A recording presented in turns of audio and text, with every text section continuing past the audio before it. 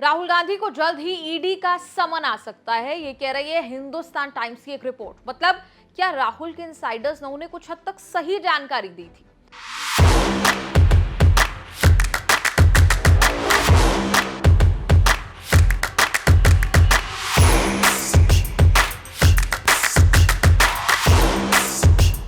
रंगला पंजाब च बनाउणा ਉਹਦੇ ਵਾਸਤੇ ਸਿਹਤਮੰਦ ਪੰਜਾਬ ਪਹਿਲਾਂ ਚਾਹੀਦਾ ਹੈ। 96 ਤੋਂ 97% ਲੋਕ ਜਿਹੜੇ ਨੇ ਉਹ ਮੁਹੱਲਾ ਕਲੀਨਿਕਾਂ ਚੋਂ ਠੀਕ ਹੋ ਕੇ ਘਰੇ ਵਾਪਸ ਚਲੇ ਜਾਂਦੇ ਨੇ। ਸਰਕਾਰੀ ਹਸਪਤਾਲਾਂ ਤੇ ਬਰਡਨ ਬਹੁਤ ਘਟ ਗਿਆ।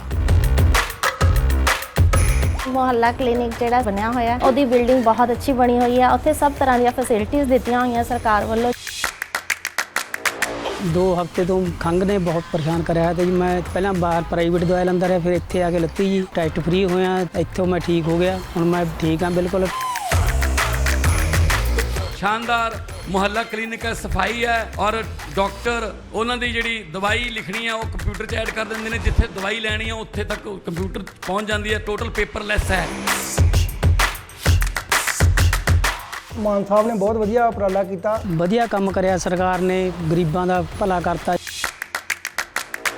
ਪੰਜਾਬੀ ਚ ਕਿਹਾ ਜਾਂਦਾ ਹੈ ਬਾਕੀ ਦੇ ਕੰਮ ਬਾਅਦ ਚ, ਪਹਿਲਾਂ ਸਿਹਤ ਜ਼ਰੂਰੀ ਹੈ। ਸੋ ਅਸੀਂ ਜਦੋਂ ਸਹੁੰ ਚੁੱਕੀ ਤਾਂ ਪਹਿਲੇ ਹੀ ਸਾਡਾ ਵਿਜ਼ਨ ਇਹ ਸੀਗਾ ਕਿ ਪੰਜਾਬ ਦੇ ਵਿੱਚ ਹੈਲਥ ਟੌਪ ਕਲਾਸ ਦਾ ਇਲਾਜ ਹੋਵੇ। ਸੋ ਇੱਕ ਮੈਡੀਕਲ ਹੱਬ ਦੇ ਰੂਪ ਦੇ ਵਿੱਚ ਅਸੀਂ ਸੋਚਿਆ ਹੈ। ਔਰ ਮੈਂ ਕੋਈ ਆਸਾਨ ਨਹੀਂ ਕਰ ਰਿਹਾ ਤੁਹਾਡੇ ਤੇ, ਮੇਰਾ ਫਰਜ਼ ਹੈ ਜੀ ਇਹ।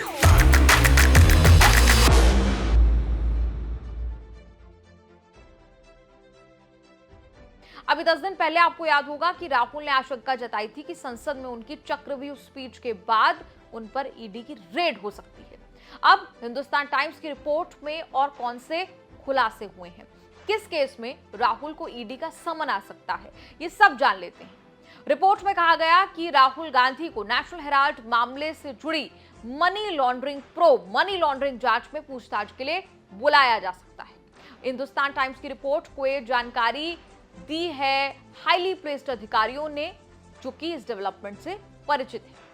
रिपोर्ट में कहा गया कि नेता प्रतिपक्ष राहुल गांधी को एक फ्रेश राउंड ऑफ क्वेश्चनिंग के लिए बुलाया जा सकता है, क्योंकि ईडी कथित अनियमितताओं की जांच को अब कंक्लूड करना चाहती है, जिसमें अब तक 751 करोड़ रुपए के असेट ईडी पहले ही अटैच कर चुकी है। एक ईडी अफसर ने अखबार को बताया, हम एजेएल यानी कि एसोसिएटेड जर्नल्स लिमिटेड की जांच को कंक्लूड करना चाहते हैं और प्रोसिक्यूशन कंप्लेंट यानी कि ईडी के लिए वो एक चार्जशीट मानी जाती है, उसे फाइल करना चाहते हैं ताकि केस ट्रायल तक पहुंच पाए। राहुल गांधी समेत सभी जुड़े लोगों को जल्द बुलाया जा सकता है। हालांकि इससे ये साफ नहीं हुआ है कि क्या सोनिया गांधी को भी बुलाए जाने की संभावना है या नहीं। आपको बता दें कि एजेएल नेशनल हेराल्ड की मालिक कंपनी थी। इसे 2010 में यंग इंडियन नाम की कंपनी को बेच दिया गया था। इस मामले में मनी लॉन्ड्रिंग और वित्तीय धोखाधड़ी के आरोप हैं, लेकिन पंडित नेहरू का शुरू किया गया यह अखबार आखिर सोनिया राहुल तक कैसे पहुंचा, इसकी कहानी भी आपको बता देते हैं। 9 सितंबर 1938 को पंडित जवाहरलाल नेहरू ने यह अखबार शुरू किया था। इस अखबार को आजादी की लड़ाई में एक हथियार के तौर पर इस्तेमाल किया गया। 1942 में भारत छोड़ो आंदोलन के दौरान ब्रिटिश सरकार ने इस पर बैन लगा दिया था। अंग्रेजी में नेशनल हेराल्ड, हिंदी में नवजीवन और उर्दू में कौमी आवाज, ये 3 अखबार पंडित नेहरू ने 1938 में आजादी की लड़ाई के दौरान शुरू किए थे। आजादी के बाद नेशनल हेराल्ड कांग्रेस का मुखपत्र यानी कि माउथपीस बन गया था। बहुत साल चलने के बाद 2008 में अखबार बंद हो गया। नेशनल हेराल्ड समेत तीनों अखबारों को 1937 से एसोसिएटेड जर्नल लिमिटेड यानी एजेएल नाम की कंपनी चलाती थी। 2010 में यंग इंडियन यानी कि वाईआईएल नाम की कंपनी बनी। यंग इंडियन ने एजेएल को खरीद लिया, जिसके मालिक सोनिया राहुल हैं। कुछ साल पहले गांधी परिवार ने इसे दोबारा शुरू किया। दिल्ली के आईटीओ में एक शानदार बिल्डिंग है, हेराल्ड हाउस। ईडी ने दिल्ली में नेशनल हेराल्ड, लखनऊ में नेहरू भवन और मुंबई में नेशनल हेराल्ड हाउस बिल्डिंग जब्त की। सोनिया गांधी, राहुल गांधी, मल्लिकार्जुन खड़गे ईडी जांच के घेरे में हैं। ईडी ने 2022 में जून जुलाई में अलग अलग सोनिया और राहुल गांधी को बुलाकर दिल्ली में पूछताछ की। राहुल से 5 दिनों में 50 घंटे सवाल जवाब हुए। सोनिया गांधी से 3 दिन में 12 घंटे तक सवाल हुए। पूछताछ के बाद अगस्त में ईडी ने नेशनल हेराल्ड का दफ्तर सील किया। 16 ठिकानों पर रेड डाली। इस केस में दोनों जमानत पर हैं, लेकिन नेशनल हेराल्ड केस में आखिर गड़बड़ी कहां हुई?